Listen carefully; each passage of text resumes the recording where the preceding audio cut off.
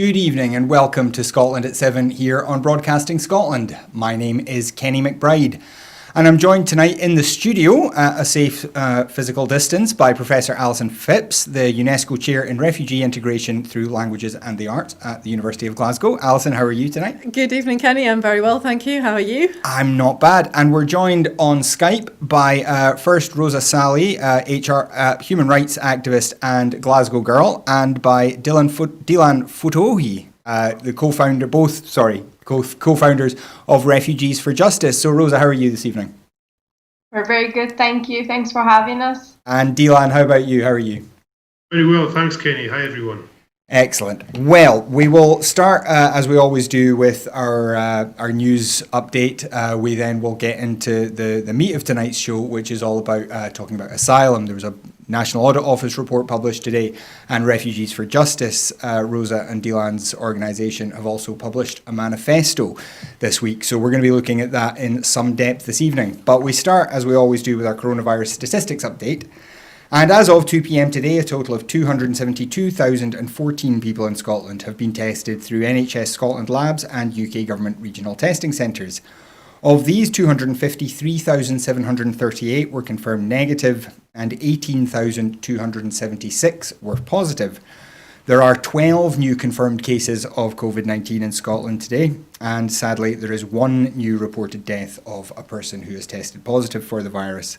This will, of course, be an underestimate of the number of cases, as not everyone with the virus will display symptoms, and not necessarily everybody who has symptoms will be tested, although they absolutely should be.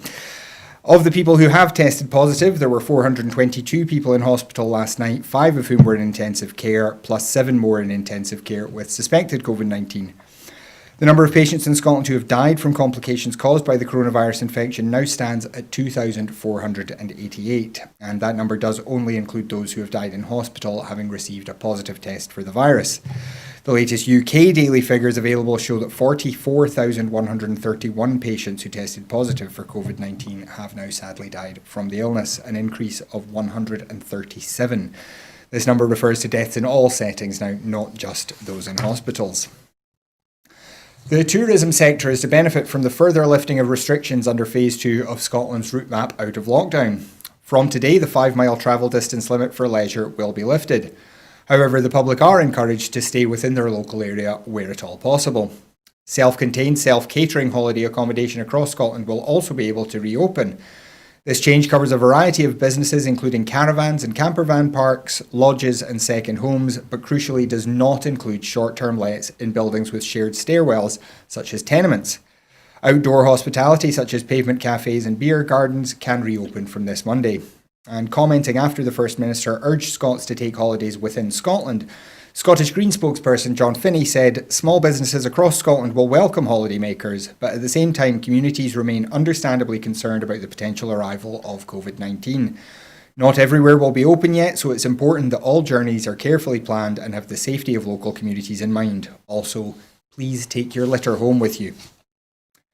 The UK government today announced it is abandoning quarantine for those arriving in England from more than 50 countries, including Germany, France, Spain and Italy, but not the United States, Russia or China.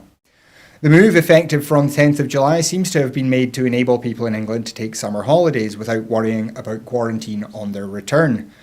Those arriving from higher risk countries will still have to self-quarantine for 14 days under a rule which has angered airlines and travel companies, especially as it's unclear how countries were assessed. The First Ministers of Scotland and Wales both called the decision-making process shambolic after an almost total lack of consultation. The devolved nations will take their own decisions on these matters soon, raising tensions between the reserve power of border control and the devolved responsibility for public health. A targeted £10 million fund to support Scotland's performing arts venues has been announced by Culture Secretary Fiona Hislop. Created as part of the Scottish Government's £185 Business Support Fund, the Performing Arts Venue Relief Fund will help venues who cannot yet reopen to their audiences due to the ongoing impact of coronavirus. The fund will be run by Creative Scotland, who will publish full details shortly. The Scottish Green Party's culture spokesperson Ross Greer commented, "This funding is very welcome, but it will only buy venues more time, not prevent their closure entirely. We risk a post-COVID normal with cultural deserts across much of Scotland if venues close on the scale we're currently facing. £10 million will buy venues and their staff time, which is vital, but with the number of venues now in crisis, this amount will not go far. A group of industry experts have submitted an action plan to limit unemployment caused by the economic impact of the coronavirus pandemic. The report from a subgroup of the Enterprise and Skills Strategic Board with representatives from business and Scotland's skills agencies was commissioned by the Scottish Government in May. Their recommendations will be considered by the Scottish Government alongside last week's report from the Advisory Group on Economic Recovery. President Emmanuel Macron of France named Jean Castex, a top civil servant and local mayor who orchestrated France's coronavirus lockdown exit strategy, as his new Prime Minister today, as he acted to reinvent his administration and win back voters. The 55-year-old Castex hails from the centre-right of French politics and served for 2 years as the second highest ranking official in the Élysée Palace during Nicolas Sarkozy's presidency. Castex has been described as a social Gaullist in reference to the interventionist, socially minded brand of centre-right French politics. It's thought his experience in local politics will help Macron connect with provincial France. The announcement follows the resignation of Edouard Philippe ahead of a widely anticipated overhaul of the government by Macron. A man carrying a Liberate Hong Kong sign as he drove a motorcycle into police at a protest against the territory's Chinese rulers was charged today with terrorism and inciting separatism, the first person to be so charged under the sweeping new security law passed by Beijing this week. Police say that 23-year-old Tong Ying Kit rammed and injured some officers at an illegal protest on Wednesday. A video online showed a motorbike knocking over several officers on a narrow street before the driver falls over and is arrested.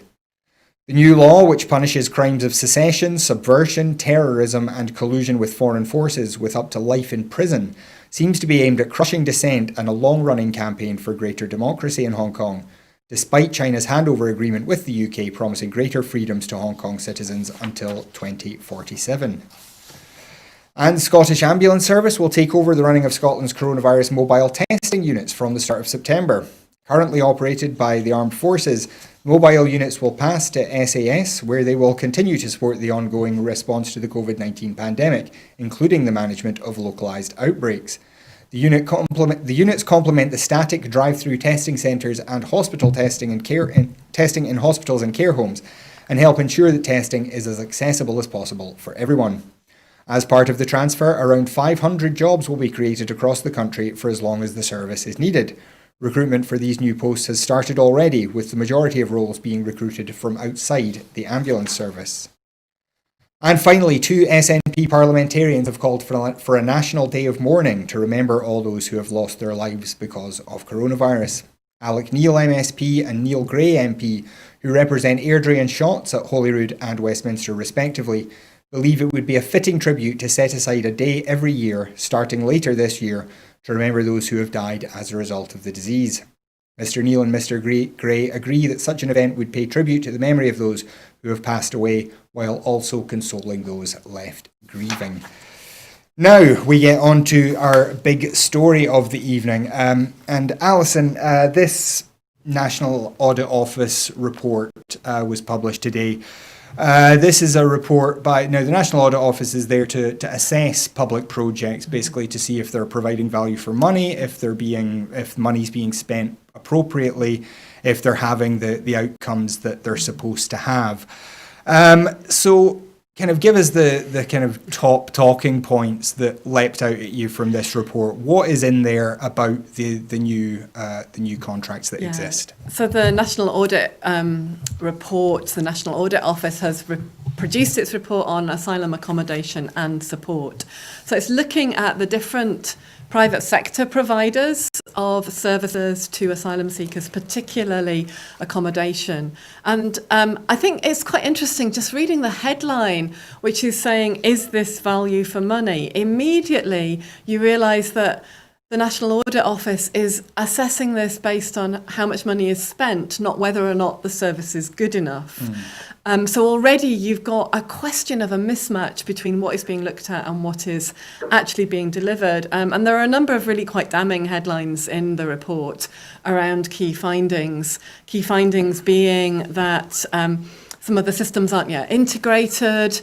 Some of the support transition time between contracts wasn't sufficient from the old contract compass into the new contracts. But a couple of headlines which are encouraging, which is that more money is being spent, though lots of questions in the report about whether that should be the case.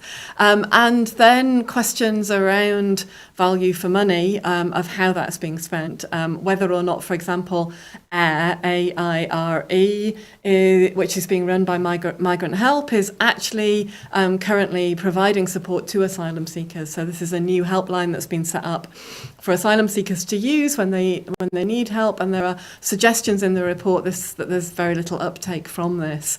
There's also recommendations that there should be more automation within the system, and of course for those of us who are used to reading this kind of document with an eye on what is meant by value for money, we know that automation usually means let's try and make this cheaper, but it doesn't usually with regard to asylum seekers or refugees or people in particularly vulnerable categories, people who might be disabled. Automation doesn't always mean that this will provide a better service. So there's a lot that the report goes into in detail, both around accommodation and around support, that really needs a sharp eye on it in future, and that suggests in many ways that trying to assess the provision of asylum support on the basis of whether or not it's value for money is perhaps asking the wrong question. Perhaps the question should be whether or not the asylum support in Scotland complies with the requirements of the New Scots integration strategy and actually upholds Article 13.1 of the Convention that says that everyone has a right to claim asylum and to live in dignity, which includes their housing, their health, their welfare, and how they're treated. And there's very little in the report that is actually pointing to that overall. Yeah, I mean, it's one of these questions that we've been asking a lot recently, is whether just purely financial measures clearly don't capture all of the things that are important to us. As you say, one of the first questions we should be asking is this providing a good service for refugees, rather than does it provide the cheapest possible way of meeting the bare minimum of requirements to let those people survive. Yeah. Rosa, if I could come to you now. These new contracts were replacing the old Compass system. Could you possibly tell us a wee bit about why these new contracts had to be introduced? And was there any kind of consultation with refugees and asylum seekers in creating these new contracts that have been awarded? As far as I'm aware, I mean, the Home Office are saying that they have consulted organizations, but as far as I'm aware, a lot of asylum seekers, they did not have any consultation. In relation to the accommodation, asylum seekers being moved from their own residential accommodation to hotels, there was not any risk assessment or vulnerability assessments. There was no any consultation. No one was aware of this happening. It happened very quickly without accountability. So it's a question mark really how they managed to do that. Okay. And Dilan, when you're looking at this kind of report, does it reflect what you've seen from refugees and asylum seekers that you know? I mean, is this reflecting as bad as it is, or as good as it is, depending on how you want to look at it? It doesn't really go as much in depth as it should, Kenny. If you compare that with the stories that we hear on a daily basis from our friends and the situations that they suffer from, this doesn't go as much in depth as it should. But I also I echo Alison's point about the whole framework, or the kind of approach that the report takes from the very beginning. That the approach is not to look at whether these contracts, whether these accommodation providers, their services, the way that the contract is given and managed and implemented on the ground, whether it complies with the basic principles of human rights that we grant to every citizen in this country, whether it provides the basic mechanisms and the mechanisms for accountability to make sure that people's rights as human beings are not abused and they are protected equally like everyone else in this country. That's what the contracts are failing to do, and it's not a news story. They have been failing to protect people's human rights, and organizations, civil societies, us, refugees, asylum seekers ourselves have raised this consistently, but they've been getting away with it, unfortunately. But in this incident, the consequences of this inhumane treatment are lives that are lost, and our city has grieved. And people are injured. Our fellow Glaswegians are injured, and people have lost their lives. And so we are saying enough is enough after this incident, because for us this is not a new story. That the whole asylum system in the UK, including the accommodation contracts, which is part of it, the whole asylum system is not designed in a way to grant equal rights to everyone and make sure that their rights as human beings are protected. This is a very basic fundamental problem and a very basic fundamental fact that makes the system broken. And we want this system to change because we've had enough, because we've lost lives, our citizens are injured, and our city has grieved. Now, Alison, there was one thing that really jumped out at me that I wanted to mention. This AIRE, the helpline that you mentioned, the report says it had been expected to receive 21,400 calls per month, but received more than twice this number. Now, okay, it was a bit worse than expected. It says, as a result, only a fifth of calls were able to be answered. Doesn't that suggest that maybe some of these contracts were awarded without any real planning of what was needed and how it was going to be delivered? If it wasn't even able to meet half of what it was projected to, even when that projection turned out to be double. And that's 95% of people whose calls weren't able to be dealt with properly and in a proper manner. And again, just echoing what both Rosa and Dylan have said, the people who end up suffering are our fellow citizens in Glasgow and across the country in other dispersal cities. So I think across the report we see a kind of ripped fabric of what the asylum system is. We see big holes that are being revealed by what the National Audit Office report shows. So you'll get a statement like that about the amount of support and then the number of calls, and then you will see elsewhere calls for greater automation, greater understanding of how Migrant Help might be dealing with these particular calls onto their helplines. But everywhere, really, a sense coming through that this is a system stretched to breaking point. And what we have seen since the conditions of lockdown were imposed, particularly on those claiming asylum in the city and housed under the accommodation contracts, is the extent to which that lockdown has produced tragic consequences. 2 deaths now in the city.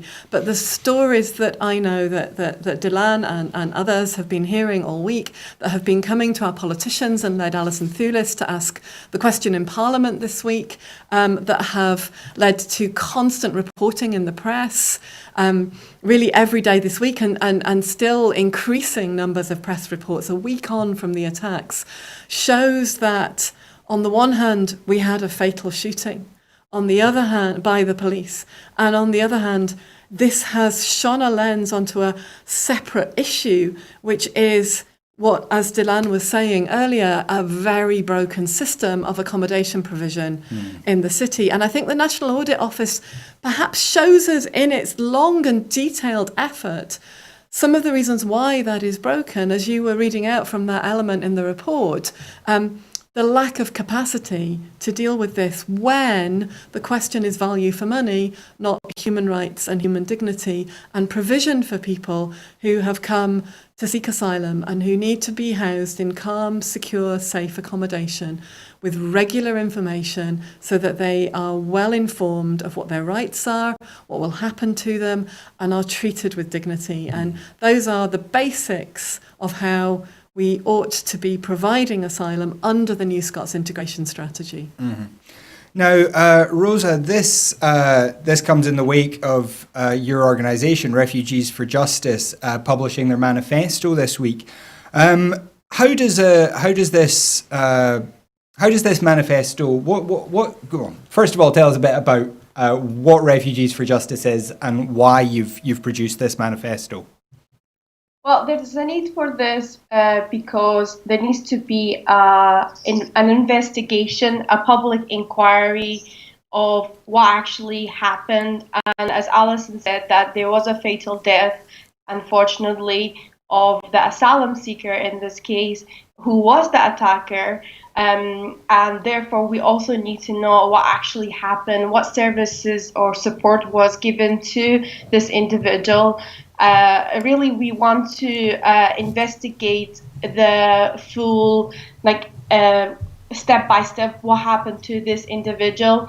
And many other asylum seekers are currently, as we're speaking, trafficked women, vulnerable people who are still in these hotels. So really, we want to make sure that incident like this does not happen, and that's why we are pressuring for this public inquiry. The main issue for me and most of the campaigners who are on Refugees for Justice is the mental health issue is essential. This asylum seeker already we knew had mental stress. And how was that dealt with? Was there services like migrant help was actually helpful in this case?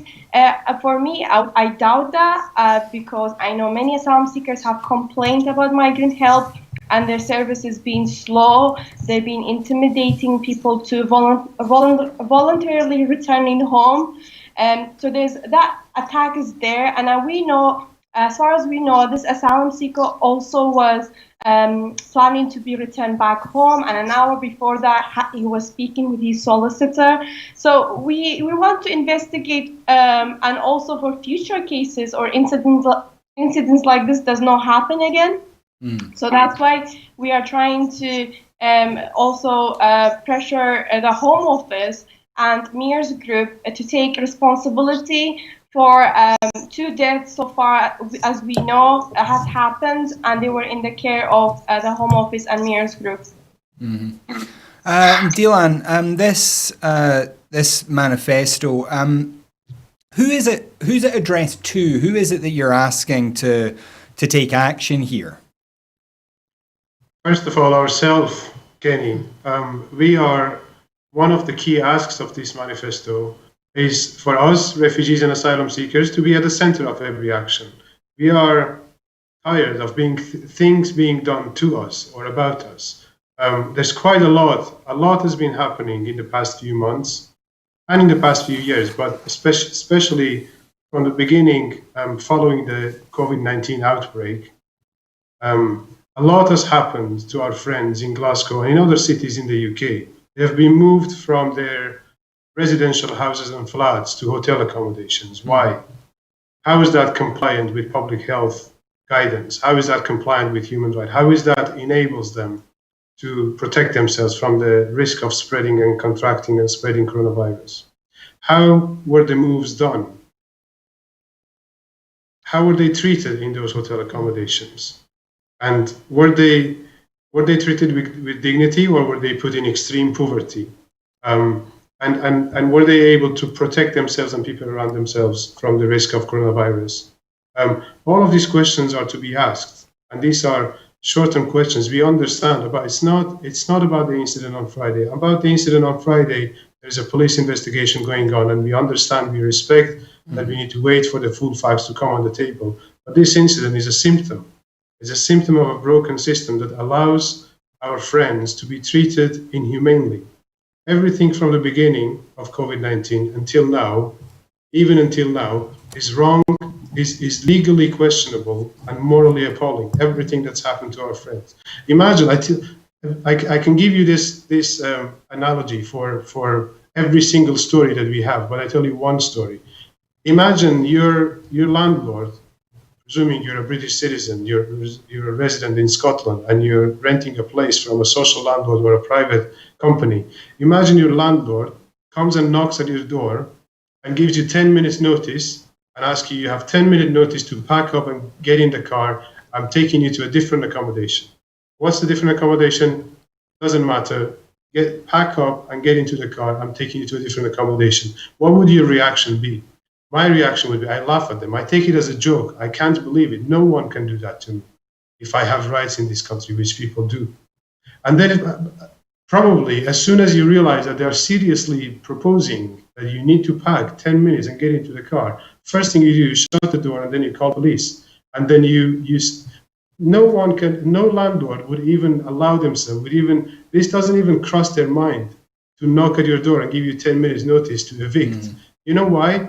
Because we have rights, because people have rights in this country, and we have laws and the law enforcement that protects people from rights. This is why no landlord can do that with anyone else. Our problem is a private company can do that to our friends because they're asylum seekers. Yeah. And this is our problem. A private company can do that to asylum seekers. Our friends and other asylum seekers' rights are not equally protected. So all of this that's happening is a symptom of a broken system that we want change.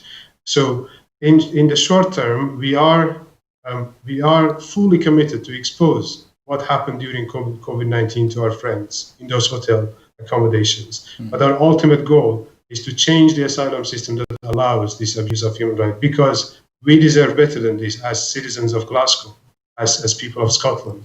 We have not signed up for this. We do not allow abuse of human rights of our neighbours, of our friends, of our fellow Glaswegians in this city. This is why we've set up. This is what the campaign is about ultimately.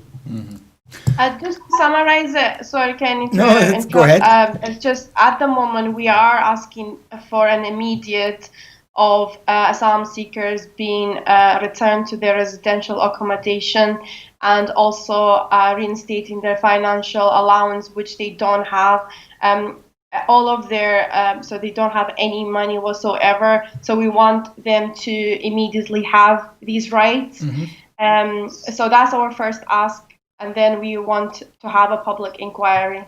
On that note, Rosa, has there been any response yet from Mears to explain why they decided to put people into hotels during a pandemic rather than keeping them where they were? And also why the asylum seekers concerned haven't been getting the financial support that they're entitled to? I mean, we know that elected representatives have been sent information in relation to the inquiries that have been made. However, they deny most of the argument that we make, and that is something that, you know, there needs to be an acceptance or a not denial that the system it's not right. To be honest with you, is a systematic racism that asylum seekers are facing. As we know, we're saying, oh, these a member of parliament, you know, from the Tories coming forward that Black Lives Matter. Well, it doesn't matter, to be honest with you. Look at how they're voting in the House of Commons on the immigration bill. So really, they are restricting ethnic minorities' rights.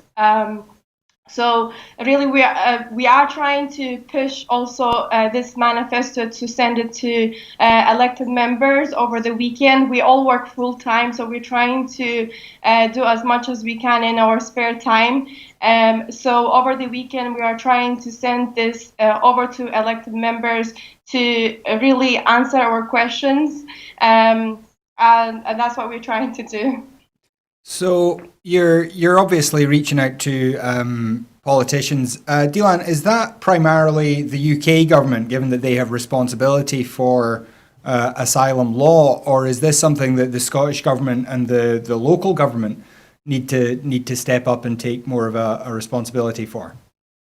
Kenny, everyone's responsible, including local authorities, Scottish government, our elected members, to convey our voice and to support our voice. And the UK government to have a serious review and reflection on the failures of the system and the consequences of that failures on our communities and cities and citizens, and to make sure that lessons are learned, justice is done, and the system is changed.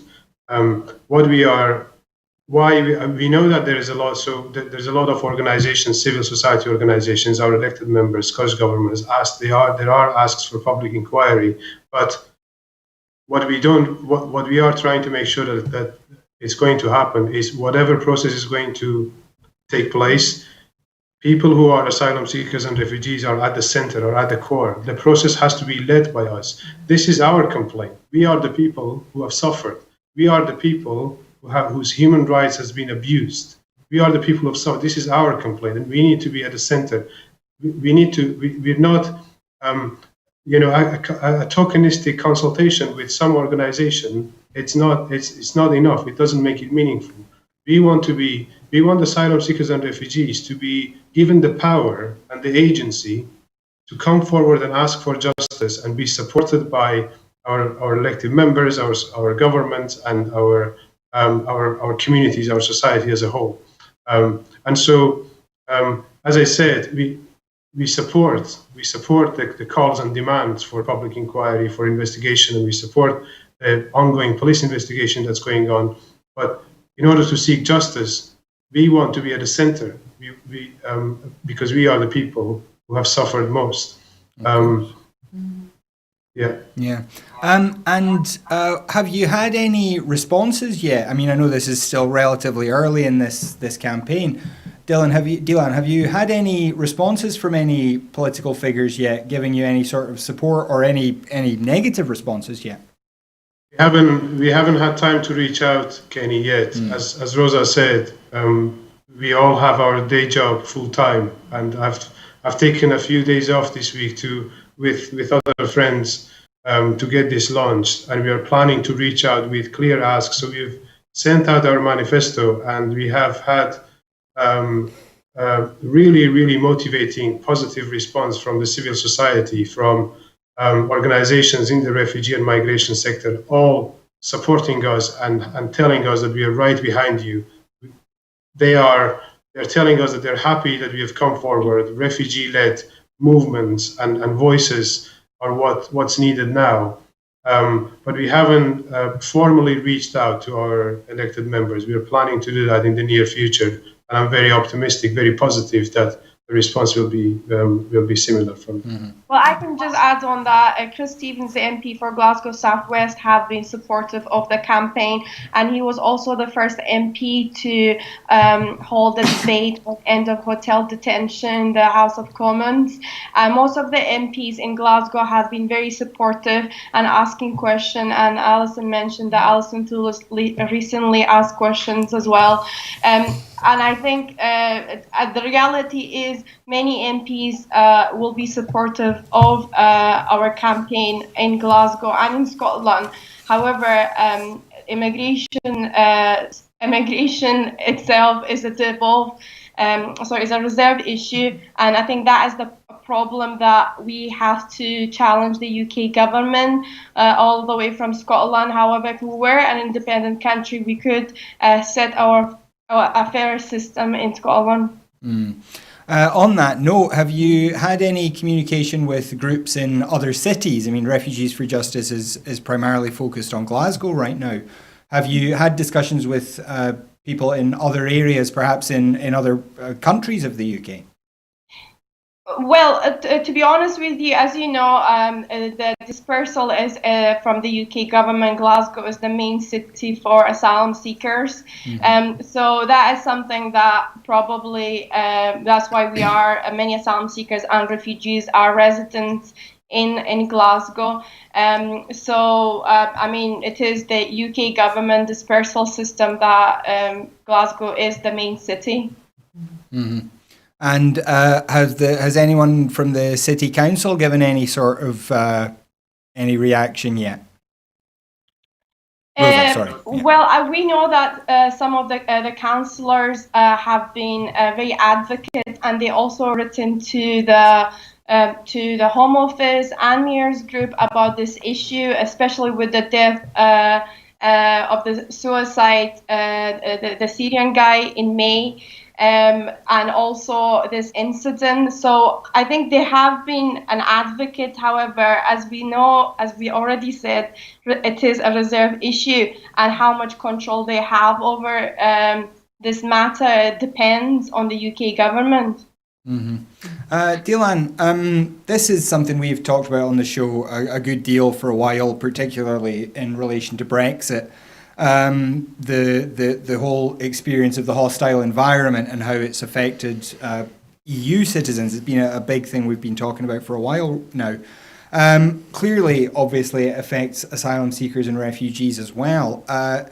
Do you have any sense that the UK government has any concern for this at the moment, or do you think there is just this hostility to non-white, non-British people is just endemic now in government, and it's not something that can be changed with a campaign? I haven't seen any sign that suggests that the UK government has any concern about it. But if they do not have any concern about it, if they genuinely don't, it is extremely unfair on everyone in this country. Because the whole notion of hostile environment, which is a name for a policy, that its goal is to make life as difficult as possible for people who are foreigners. In the case of asylum seekers, is to put them in extreme poverty and devastating socioeconomic positions. And no one benefits from a policy like this. If you put a section of our society, our neighbors, our communities, our fellow citizens, in extreme poverty, you don't give them the right to work, you don't give them the right to access the financial support that they need, healthcare, education, all the elements that is needed to have a dignified, respected, and healthy life. If you strip them of that power and those rights and entitlements, the consequences of that is not only on that individual, it's not only inhumane and unfair on that individual, the consequences of that is for our society, it's for our police forces, it's for our fire brigade, it's for our cities, for our communities.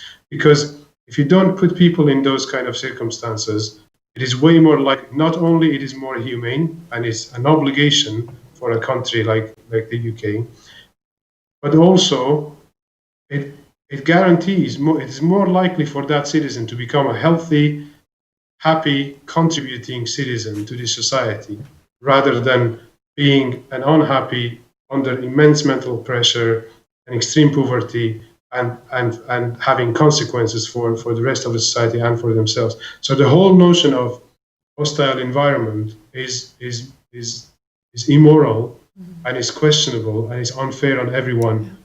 Everyone in the UK. It's not only inhumane on people who are migrating to the UK, but also on every person in the UK. Rosa, I wonder, this people will ask why, if the hostile environment, if Britain is so bad at how it treats asylum seekers, then why do people come here? And I know this is quite a gauche question, but it is one that I think some people will ask. So do you have an answer for that?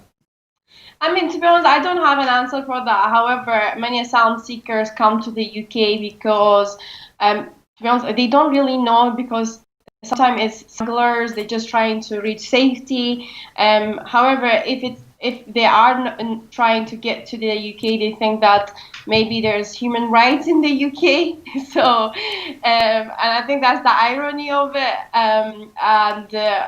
As you know, the UK is the only European country can detain asylum seekers for a longest period of time, and no one will be asking questions.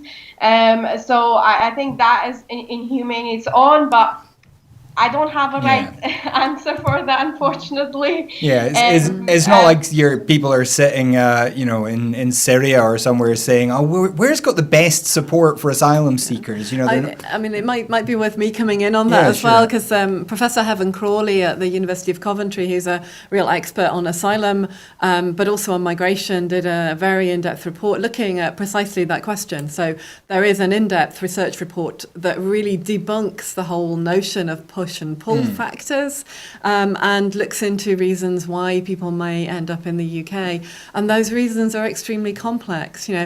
in a situation that's a crisis, where do you run? You run to the place that's the safest. And when that place becomes unsafe, where do you run? You run to the next place that will be the safest. And so what you see on the journeys that are made by people who might end up claiming asylum in the end in the UK is that they have been through a system and been in different places at different times where different things seem safe to them. And some of how that's communicated is also important. So what we do find in this country is that we will often have people who might understand English more than, for example, in France, where we have people who understand French.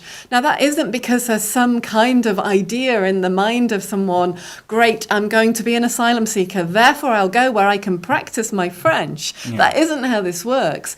But people will listen to what is being said to them. And if people say words to you that will calm you, that will soothe you, that will offer you a future, you'll take that over something that you don't understand at all that's said in a language that you don't comprehend. So linguistic factors are important. The understanding of where there might have been a historical path of migration is important. So again, Commonwealth countries from which people come and claim asylum in the UK are ones where we for years taught people about our wonderful parliamentary democracy, our fantastic system of human rights, the mother of all parliaments, in textbooks which were imposed on many, many countries for many years.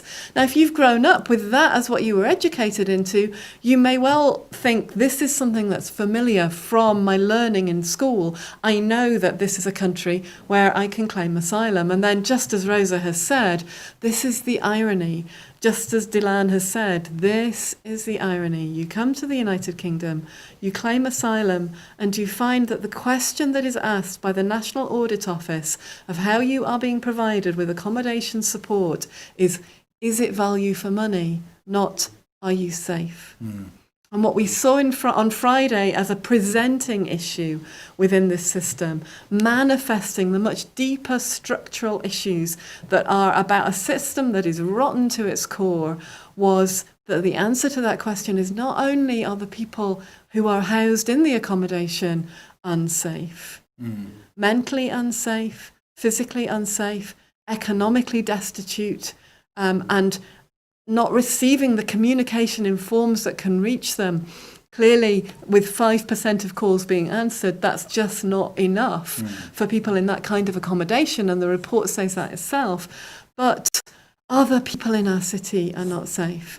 Because, and I know Refugees for Justice says this with real eloquence in their manifesto, nobody signed up for this. The hospitality workers didn't sign up for this. The people on reception in the Park Inn did not sign up for this. The police didn't sign up for this last Friday afternoon. The people housed by chance in that hotel with people who are struggling inside the system did not sign up for it. And there is a way in which there is a philosophy of what's called necropolitics that's written large across systems like our own asylum system, but also others that are manifesting around the world. If you think about those border facilities that we've seen the images of in the southern United States, where children are being separated from their families prior to deportation.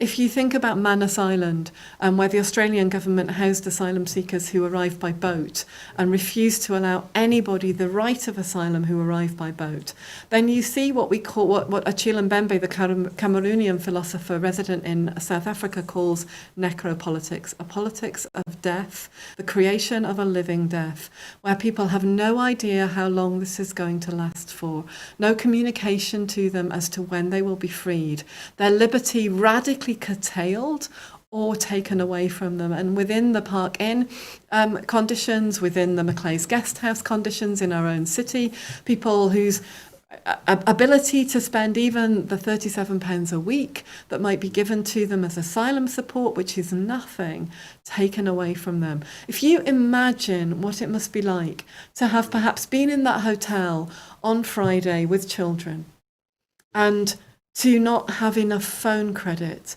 to be able to phone someone as you're sitting on the streets and it's 9 o'clock or 10 o'clock at night to say in your own language, can somebody help me? I'm really stuck. I'm lost. Nobody's telling me anything. I'm not hearing it in my own language. And with respect to the really strong efforts from places like Glasgow City Council, from the response and resilience units, from the social workers, all of these different agencies we have set up to help people, they're really challenged to their very edges when faced with a situation like this, because we have to communicate with people in languages that are not our own, as our own mother tongues. We have to mediate through other interpreters. We have to try and reach people who are very afraid. And this needs trained professionals. And again, within the National Audit Office, when the question is asked, is it value for money, rather than are we reaching people, are we able to calm people, are we able to soothe people, are we able to offer people a sense of safety and clear information, then the answer, it's on our website, is not sufficient. And again, I've been checking Mia's website all week, and it says on the website we are working to move people to appropriate accommodation as soon as possible. But we don't know what as soon as possible is. What we do know within the asylum system is it is a system that plays for time, that plays for a long game, and where people are stuck within that system for a very long time, with great delays in the system. Yeah, when you made that point about linguistic factors that might cause people to end up here, and I can't help thinking that, you know, part of the reason so many people have English as a second language is because we invaded those countries long ago, told people there, oh, Britain's great, you want to come to Britain, Britain's marvellous. It's almost exactly the same message that we gave to people in the Windrush, where we told them, come to Britain, you're British, you're part of this, you're part of our team. And then when they got here, the reaction was very different. And then decades later, we deported them. And without taking too much more time, but the report this week on Gaelic and the precarious situation that Gaelic may die out within 10 years is a symptom of the same set of structures and the same privileging of the English language above all else. Yeah. Now, we could talk an awful lot longer, but I'm realising that we are running fairly short of time. So, Rosa, if I could come to you, there's obviously a lot of work to be done in the immediate term just to get these people who are stuck in hotels into safe, secure accommodation, get their incomes to some sort of, you know, meaningful level, make sure that they're not eating rotten food. But when you look kind of into the longer term, I mean, you mentioned the potential of an independent Scotland, for example. What kind of things would you like to see an asylum system deliver? I mean, in relation to the whole system, it needs changes. I don't want to. The main changes will have to be humane system, has to be a compassionate system where asylum seekers be the decision makers, where asylum seeker in contact with the people who work on their cases, where accommodation is not given to a private company, it's given to a public body. There's a lot of changes that needs to be made, and I think that is the process for Scotland, because in Scotland we are a very inclusive and welcoming city and a country. Therefore, we need to, if we do have these powers, if we do become independent, these are the opportunities for Scotland to really thrive in, and other countries around the world will be looking towards Scotland. Mm-hmm. And Dilan, when you think about the same question, are there any countries that Scotland could be learning from just now? Scotland could be. Scotland's situation is I think unique, because Scotland is tied within the UK immigration and asylum policy. I can't think on top of my head that are there any countries that Scotland can learn from, but there are principles that the UK government, that the whole UK government can learn from, and that is the basic principles of human rights. So if anything needs to change in the asylum and immigration policy, it has to change the whole orientation to a more human rights basis policy. The whole approach, orientation should be a policy that protects the human right of people equal to every other citizen in this country. And in Scotland, the new Scott integration strategy, which is a strategy, it's not a legislation, is fully fundamentally based on human rights, a human rights approach to the integration of refugees, and the first principle of which is integration from day one. So it doesn't matter what status you have. It doesn't matter if you're an asylum seeker, if you're a refugee, if you're a refused asylum seeker. As long as you're in Scotland, you're a human, and your rights should be fully protected, equal to everyone else, and you have your rights and entitlements, and you have the mechanisms to access those rights and entitlements. This should be the approach. This would be the kind of immigration and asylum policy that guarantees that people who come here, their rights are protected, and they are given the opportunity to utilize and mobilize all their gifts and talents and contributions that they are ready to make to this society, instead of putting them in a position that the situation that Alison is describing of a person without a phone top-up in the middle of a pandemic. Yeah. Without putting them in those kind of situations, but doing the opposite, providing the protection that people deserve based on basic human rights principles. This is what needs to change.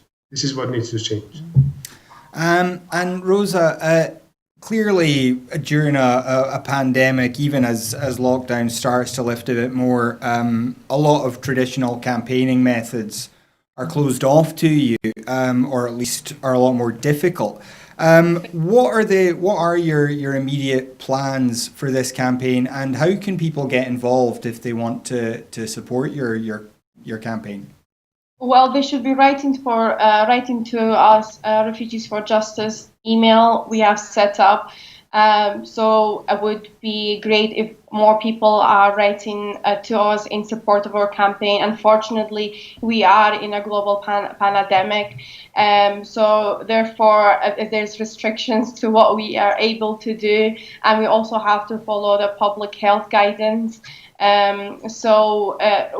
The more people writing to us, the stronger will become our campaign. And we are in the beginning of our campaign, for me, an ongoing campaign on immigration system that needs to improve in every aspect of its policies, even there's an asylum system, or if it's for people, European citizens. As you know, we are leaving Europe, and the approach towards freedom of movement is, I think, will affect us very negatively, especially Scotland. So we are an ongoing campaign trying to really challenge the way the right-wing government is taking us. So we will be trying to do everything we can, and with the support of the public. Mm-hmm. And so if people want to read the manifesto, where will they find it online? It would be on Refugees for Justice, our website. Well, I have already written an article on Bella Caledonia. So on Bella Caledonia or Glasgow, there's a number of newspapers. However, we are trying to set up a website as well, Refugees for Justice. I think it's .com or .sco, is it, Dylan? Hey, Rosa, I managed to make the website work actually today. So it's refugeesforjustice.com, and our manifesto is on there. Okay. We're also on Twitter, Refugee for Justice. If you search for Refugees for Justice, you'll find us on Twitter. I must say, Kenny, that we have launched this on Tuesday very recently, but the messages of solidarity and support from the public, from organizations, has been incredible. We've already received hundreds of positive messages of support and solidarity, and this is really motivating. This is really heartwarming, because we take ourselves as a group of refugees and asylum seekers, fellow Glaswegians, New Scots, who are fighting this fight for justice on behalf of our fellow citizens. And we're very grateful for the support that we have received. We haven't systematically reached out. We know that this big funded organization with a comms team that can do this stuff for us. So we just do it all on our own. But the messages of support and solidarity has been incredible.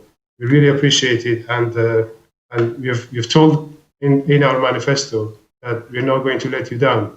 We're going to make sure that justice is served for everyone, and the system is changed in a way that this doesn't happen again to our cities. Well, thank you, Rosa and Dylan, for leading the charge on this. And I really hope you will come back and talk to us about the campaign as it progresses. Unfortunately, we are very nearly out of time this evening. Again, having discussed this issue twice now in just a couple of weeks, I'm finding both times that we've not got nearly as deep into it as I would have liked to. There's so much more we could talk about. But as I say, we are almost out of time. So I would like to thank Professor Alison Phipps, Rosa Sally, and Dylan Fotoohi. And thank you at home as well for joining us. There wouldn't be any point in making these shows if we didn't have an audience. So thank you very much for being part of it. Thank you as well for those of you who tweeted in. I completely forgot to mention that at the top of the show, but some of you have obviously got into the habit now. You know what you're meant to do. So thank you very much for that. I would also ask if you are able to support Broadcasting Scotland financially, then please do. We had an article this week in the National talking a bit about what we're trying to achieve here with Broadcasting Scotland. I hope you've all read it. It does make the point we really want to build a new kind of broadcaster. I mean, this is not the kind of show that you're likely to see on the BBC or STV or Sky News anytime soon. And I think it's something that Broadcasting Scotland does pretty well. So I hope that if that's the kind of thing you want to see from a national broadcaster, you will dig deep and see if you can support us. Just go to broadcastingscotland.scot/register and sign up there as a supporter. If you're not able to support us financially, we do understand. I mean, we've talked tonight about people who are destitute, but we know that a lot of you are struggling even at the best of times. Never mind in the middle of this pandemic. So if you're not able to support us financially, don't worry. The shows will always be free to view and you're still absolutely welcome. You're not any sort of second-class viewer. But what you can do to help is spread the word. Share the programmes around. Follow us on Twitter at Broadcast Scot, and find us on Facebook. Just search for Broadcasting Scotland. Find the shows there, spread them around, let people know why you watch them. Even now that you were able to go out and meet some more people, you can even talk about Broadcasting Scotland to your friends face to face. And at the same time, if you'd like to get involved in any way with Broadcasting Scotland, then please do get in touch with us. There's lots to be done here, from preparing shows, writing scripts, setting up the auto cue for me, researching, looking up reading these reports, finding out what the important bits are, so that I don't have to strain my eyes all afternoon trying to read this report and make sense of it. There's all these kinds of jobs, as well as all the technical jobs behind the cameras, and as well, we need more hosts. Gordon and I can't do all of this by ourselves. So if there's anything you'd like to do in the sphere of television production, please do get in touch with us. There's lots to be done. But that is absolutely all we've got time for this evening. I will be back on Sunday with the full Scottish. Then Gordon will be back on Monday with Scotland at 7 at the usual time, obviously. But until then, thank you once again to Professor Alison Phipps, Rosa Sally, and Dylan I'm sorry, Dylan, I keep getting your surname wrong. Do you want to say it for me? It's Dylan Fotoohi. Well, there we go, Fotoohi. Thank you so much to all three of you. It's been a pleasure talking to you. And thank you again for joining us. So until I see you again on Sunday, have a great evening. Goodbye.